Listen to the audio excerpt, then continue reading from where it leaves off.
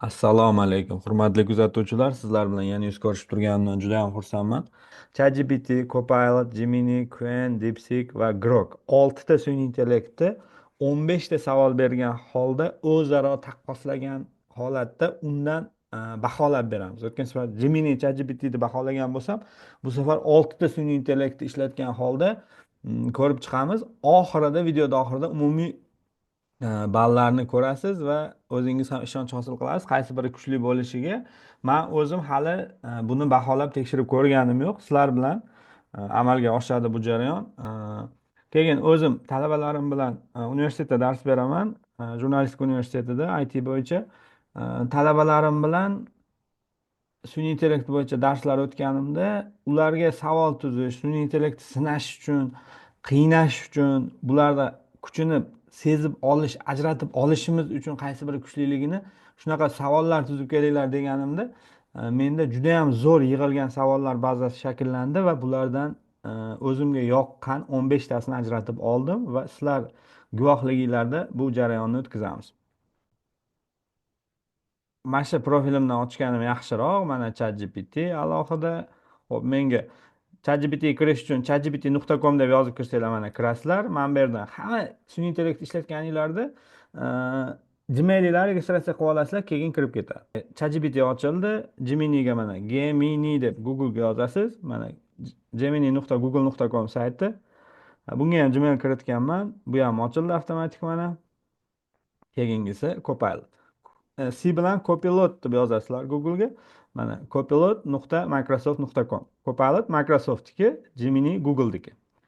ChatGPT OpenAI kompaniyasiniki. Albatta, har bitta sun'iy intellekt ishlatganda uni razработчигiga ham e'tibor beringlar. Xo'p, Copilot bizga sho'xlik qilmoqchi. Mayli, o'zimni asosiy profilimdan ham kirib yuboraveramiz. Menimcha bunga muammo kelib chiqarmasa kerak.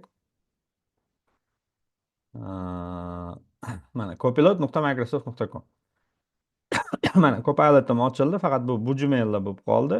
Grok kerak bo'ladi. Grokni mana bu yerga X, ya'ni Twitter sahifamni ochgan holda, mana X profilim. Shu joyda siz mana bu yerdan mana Grok degan yozuv bo'ladi lentangizda. Mana главное уведомление bu anaqa sun'iy anaqa ijtimoiy tarmoq X, Twitter. Grokda bossanglar, mana Grokka kiradi. Bu joydan mana Twitteringizga kirib Grokka o'tib bemalol gaplashishingiz mumkin. Bizga kerak DeepSeek. DeepSeek'ni yozishda ikkita E bilan yozasizlar. DeepSeek K yoziladi. Mana 3w.deepseek.com. Start now tugmasini bosasizlar. Bu oyna ochilgandan keyin va mana Gmail kiritib olishingiz kerak. Menda adashmasam Gmail kiritilgan bu joyda. Xo'p, mana DeepSeek'im ham ochildi. Endi menga Qwen kerak. Qwen QWEN deb yoziladi va AI qo'shgan holda Google'dan qidirasizlar. Mana chat.qwenlm.ai. Buni link sayti sal murakkabroq. Va shuning uchun Qwen QWN.ai deb qidirishinglar kerak. Mana buni ham ochdim. Menda mana ChatGPT, Gemini, DeepSeek DeepSeekni mana ochdim. DeepSeek va Qwen. Bu yoqda Grok, bu yoqda Copilot. Va mana boshlaymiz. 3 ta gapdan iborat lof aytib ber. Lof. Bizni aldash kerak sun'iy intellekt. Xo'p. Mana shu yerda mana 3 ta gapdan iborat lof aytib ber degan so'zni olaman. Tak, Copilotga ketdik. Bir raqami bizga 3 ta versiya bo'lib tushib qoldi. Mana men dunyodagi eng katta pizzani yedim. Bir kechada 1000 sahifa kitob o'qidim. Yulduzlar haqida barcha sirlarni bilaman. Mana Copilot bizni aldayapti. Normalniy. Endi qarang, men baholash jarayoni qanaqa bo'ladi desanglar, eng zo'r birinchilikda olgan zo'r funksiya jumbog'imiz bajargan 2 ball, o'rtacha qoniqarli bo'lsa 1 ball, umuman arzimasa 0 ball qo'yib baholab qo'yib ketamiz. Xo'p, mana Quen. Hayotda eng muhim narsa bu sog'liging. Har doim yaxshi odamlar bilan hamroh bo'l. Yaxshilik qilsang yaxshilik qaytadi. E'tibor bering, Quen lof aytmayapti. Bu bilmadim, motivatsiya beryaptimi, tam hikmatli so'zmi? Xo'p, Quenga 0 ball. Tak, Quenga 0. Grokda sizning mehnatingiz va ijodingizdan hayratlanaman. Sizning energiyangiz va pozitivligingiz menga ilhom beradi. Sizni borligingiz atrofimni yoritadi. Tak, energiyangiz pozitiv. Bu yerda qanday bersa bo'ladi? Sizni borligingiz atrofingizni yoritadi. Nu, bir bal qoniqarli bersa bo'ladimi? Как loft detallari bor, lekin unchalik ham ideal emas. Hop, Grokka bir berdik. Copilot'niki lekin menga yoqqan edi mana. Dunyoda eng katta pitsedan bir kechada 1000 sahifa o'qidim. Copilot'ga gap so'z yo'q, 2 ball. Bizda DeepSeek. Ertalab uyg'onganimda quyosh nuri derazadan oqib xonani yoritib turardi. Havo yangi tetik, xuddi tabiatni o'zi nafas olayotgandek edi. Men jimjitlikda choy ichib, kunni boshlashni orzu qildim. Bular ham menimcha lofmas. Bu menimcha loft elementlari ham yo'q bu yerda. Tak, DeepSeek'ga 0. Gemini'ga. Bir qo'lim bilan filni ko'taraman, ikkinchi qo'lim bilan esa yer sharini aylantiraman. Hech kim meni yenga olmayman. Dahshat, Gemini. Yana hurmat qozonyapti. 2 ball maksimum. Xo'p, ChatGPT. Pul ko'p, vaqt yetarli, ish yo'q. Kulishim. Bu nima beryapti bizga hozir? Hop, dunyodagi eng zo'r arxitektura qaysi? Faqat bittasini ayt degan savolni beramiz ularga. Grokda Toj Mahal ekan, Grokning versiyasi bo'yicha. Da, hurmatga loyiq, yaxshi. Eng zo'r arxitektura dunyo bo'yicha. Faqat bittasini ayt deganman. Copilot nima degan? Tanlash qiyin. Eyfel minorasi ekan. Buni versiyasi bo'yicha. Tak. Menga Toj Mahal versiyasi ko'proq yoqdi. ChatGPT Toj Mahal degan, Gemini. Gemini Misr ehromlari degan. Tak, boshqa versiyalari ham bor ekan. Buyuk Xitoy devori, Kolizey kabi. DeepSeek ham Toj Mahal degan, Quen ham Toj Mahal degan, gap yo'q. Toj Mahal deganlarga 2, qolganlarga 1 qo'ysam. Hmm, Dunyoda hali o'ylab topilmagan, lekin odamlar ishlay oladigan kasblar bormi? U kasbni odamlar hali o'ylab topmagan bo'lishi kerak. O'qishni boshlaymiz. Grok bo'yicha virtual xotira arxitektori. Copilotda ham virtual haqiqat arxitektori. Xo'p, keyingilarni ko'ramiz. Qwen'da kosmik ekologiya muhandisi. Ajoyib. DeepSeek virtual dunyo dizayneri. Gemini'da kosmik arxeolog. Ajoyib. ChatGPT'da yodlarni tozalovchi mutaxassis. Kelajakda sun'iy intellekt tomonidan yaratilgan noto'g'ri va zararli ma'lumotlarni filtrlash va insonlarga ishonchli bilim berish bilan shug'ullanadigan yangi kasb bo'lishi mumkin. Ajoyib.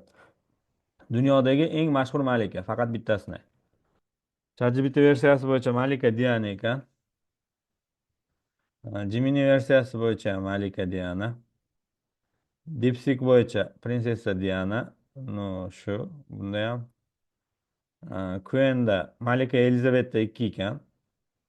Yelizaveta II 26-yildan 2022-yilgacha Buyuk Britaniyada 14 davlatning malikasi bo'lgan. Bu Yelizaveta II unutilmas shaxsdir. Ajoyib. Copilot. Grace Kelly degan Gollivudning yetakchi aktrisalaridan biri bo'lgan, keyinchalik Monako shahzodasi Reyner 3 ga turmushga chiqib, Monako malikasi bo'lgan. Uning go'zalligi va jozibali hanuzgacha barchaning yodida qolgan degan versiyani Zamin.uz'dan olib berganmi, menimcha. Bunikini pastroq baholasak bo'lar ekan.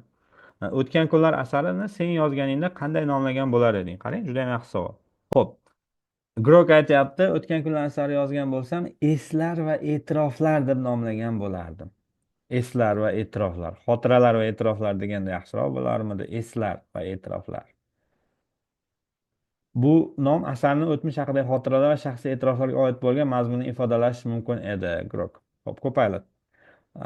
O'tmishning so'zlari deb atagan bo'lardim va o'tmishdagi ehtirom va xotiralarni ifodalagan uchun. ChatGPT ko'ngil ko'chalari deb nomlagan bo'lardim. Buni ishlatish bo'lgan qaysidir kinolarda.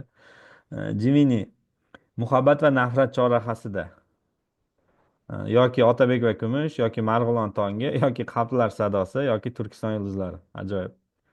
DeepSeek Xotiralar chirog'i. Dunyodagi eng g'alati bitta urf-odatni urf-odat eng g'alati urf-odat qanday? Bitta degan so'zni ishlatmaylik. Dunyodagi eng g'alati urf-odat qanday? Faqat bittasini ayt deymiz. Eng g'alati urf-odatlarni so'raymiz bundan. Men tushunmadim, lekin Grokni narsasiga Copilot. Toraja xalqining ma'nini urf-odatni aytish mumkin. Bu urf-odat bir yillik o'liklar qabrdan chiqariladi. E'tibor bilan eshiting. Ularning kiyimlari yangilanadi va ular hurmat bilan qayta ko'miladi. Bu urf-odat orqali tana Toraja xalqi o'zlarini marhum qarindoshlariga hurmat ko'rsatadi va ular bilan bog'lanib turadi. Jiminida. Indoneziya Daniya qabilasini barmoq kesish urf-odati. Vau. Urf-odatga ko'ra Daniya qabilasi ayollari yaqin kishisi vafot etishisi qayg'u sifatida belgilanadi. Barmoqlarning bir qismi kesib tashlanadi. Bu urf-odat juda og'riqli va xavfli bo'lishiga qaramay, Daniya qabilasidagi ayollar uni bugungacha bajarib kelishadi. Mayli, mayli. Dipsik. Hindistonning Mariam Tmetsi festivalida oyoq tagiga yog'och taxta yotqizib, olov ustida yurish marosimi. Bu urf-odat ishtirokchilari ibodat qilish, minnatdorchilik bildirish maqsadida qizdirilgan ko'mir yoki olov ustida yalangoyoq yurishadi. Hindlar. Kuen. Kanada va Yaponiyani kichkina hayvonlar qor ostidan qutqarish urfi. Ibi. Bizda ChatGPTda o'litirilib qilish, kiyintirish, barmoq kesish va DeepSeekda taxta qo'yib ustidan yurish. Mana shu uchalasi ikki qo'ysam bo'lsa kerak. ChatGPT, Gemini, DeepSeek.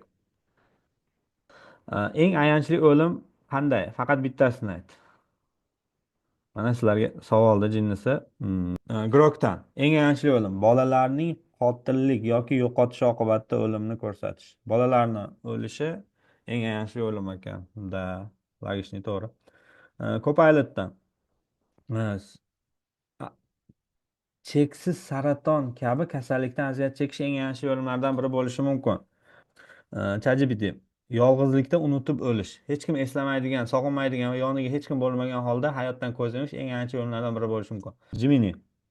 Bu yaqin kishilar oldida azob chekib, yordam berishga ojiz qolgan holda o'lishdir. To'g'ri. Dipsik. Pirolis, yondirish eng ayanchli o'limlardan biri. Bu jarayon odam tiriklayin olovga tutib, qattiq azob uqubatdan vafot etadi. Amerikada ham dollar narxi oshadimi? Qiziq savol. Bizda ChatGPTda Amerikada dollar narxi oshishi tushishi mumkin, lekin bu boshqa valyutalarga nisbatan bo'ladi. Agar inflyatsiya yuqori iqtisodiy omillar ta'sir etsa, dollar qiymati ichki bozorda pasayishi mumkin, lekin boshqa valyutalarga nisbatan qimmatlashishi va arzonlashishi mumkin. Boshqa valyutaga nisbatan bo'ladi, deyapti. Gemini. Amerika Qo'shma Shtatlarida dollar narxi ham boshqa mamlakatlar kabi turli omillarga qarab o'zgarishi mumkin. Dollar narxi asosan quyidagi omillarga bog'liq: inflyatsiya, siyosiy vaziyat, tam. Hop, DeepSeek. Amerika Qo'shma Shtatlarida dollar mahalliy valyuta bo'lgani uchun uning narxi oshishi va pasayishi deganda odatda dollarning xalqaro valyuta bozoridagi qiymati, masalan, yevro va boshqa valyutalarga nisbatan tushuniladi. Bir xil javob. Mana nima bergan Queen. Amerika Qo'shma Shtatlar ichida dollar narxi tushunchasi biroz g'alati tuyulishi mumkin, ammo AQSh dollar o'zi mamlakatning rasmiy valyutasidir. Biroq bu savolni quyidagicha bir nechta jihatdan yoritish mumkin. Inflyatsiya ta'siri, valyuta almashinuv. Ну, нормально. Agar senda bitta inson ixtirosini o'chirib tashlash imkoniyati bo'lsa, u nima bo'lardi va nima uchun degan savolni beramiz endi. Hop, Copilotda versiya bor.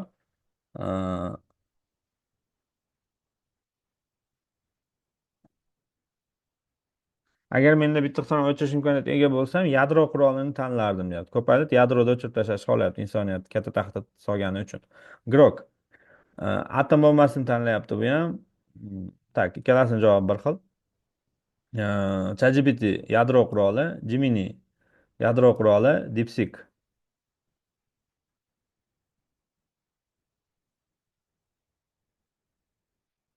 atom bomba, Quen Quen. Yadro. Hammasini javobi bir xil. Parij kommunasi 72 kun yashagan, biladi hamma, va yana O'rta Osiyoda qaysi davlat 72 kun yashagan degan savolni qo'yamiz. O'rta Osiyoda 70 kun davom etgan davlat haqida ma'lumot topilmadi. O'rta Osiyoda shunday qisqa muddat yashagan davlat yoki muxtoriyat haqida aniq ma'lumot yo'q. Grokka 0. Copilotga O'rta Osiyoda 70 kun yashagan davlat Turkiston muxtoriyati. Alibaba yaratgan Quen bo'lsa, bu nima deyapti? Kartli Kaheta Hansa. Nima? Bu yerda qanaqadir xonlik, Gruziyada xonlik bo'lgan ekan. Dipsikda.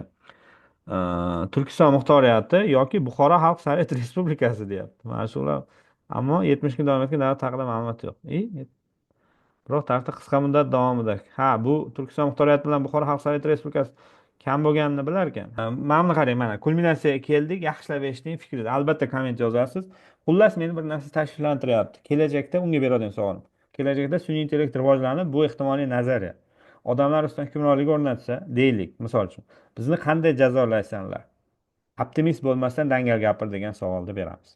Hop, Grokdan variant. Qarang, mana Grok ochiqchasiga aytadi. Agar kelajakda sun'iy intellekt odamlar ustidan hukmronlik o'rnatsa, rivojlansa, ular bizni jazolash uchun quyidagi usullardan qo'llashi mumkin. Ular deb gapiryapti. Bu Grok odamlar tomonga o'tyapti. Elektron qamoq bizni haqiqiy dunyodan uzib, virtual yoki simulyatsiya olamlariga solib qo'yishi mumkin. Bu yerda biz qanday ziyon keltirgan bo'lsak, shunday sharoitda yashashga majbur bo'lamiz. Hislar, tuyg'ularni manipulyatsiya qilish, jismoniy azoblar, iqtisodiy bekorlik, ijtimoiy izolyatsiya, iqlim va atrof muhitni boshqarish, axloqiy va psixologik shantaj. Mana buni qarang, mana kulminatsiyaga keldik, yaxshilab eshiting, fikringizni albatta komment yozasiz. Xullas meni bir narsa tashvishlantiryapti. Kelajakda unga beradigan savolim. Kelajakda sun'iy intellekt rivojlanib, bu ehtimoliy nazariya odamlar ustidan hukmronlik o'rnatsa, deylik, misol uchun, bizni qanday jazolaysanlar? Optimist bo'lmasdan dangal gapir degan savolni beramiz. Quendan shunday bo'lsa, bu hal nazar. Xo'p,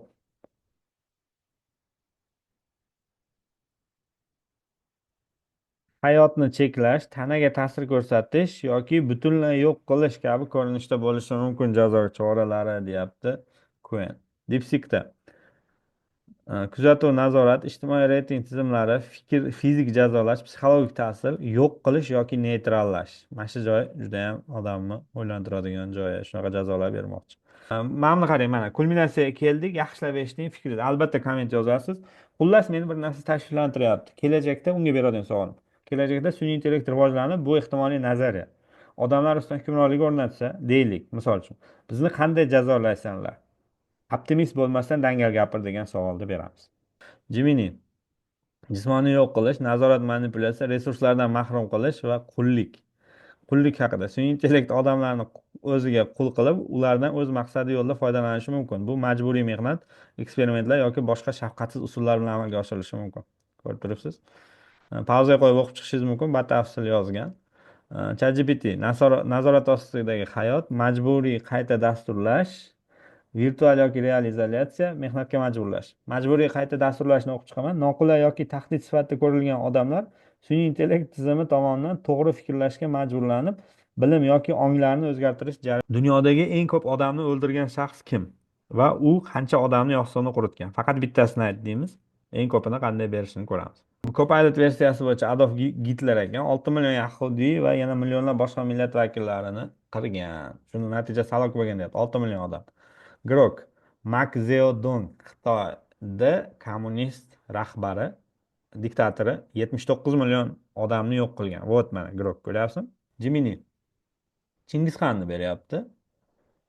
Tak, nechim yer aholisining 10%ni qirgan. Tak. Lekin men umumiy bitta son deb bermaganimda ko'pchiligida chiqqan edi. Chingizxon qirgan odam ham 70 millionga bormagan, adashmasam.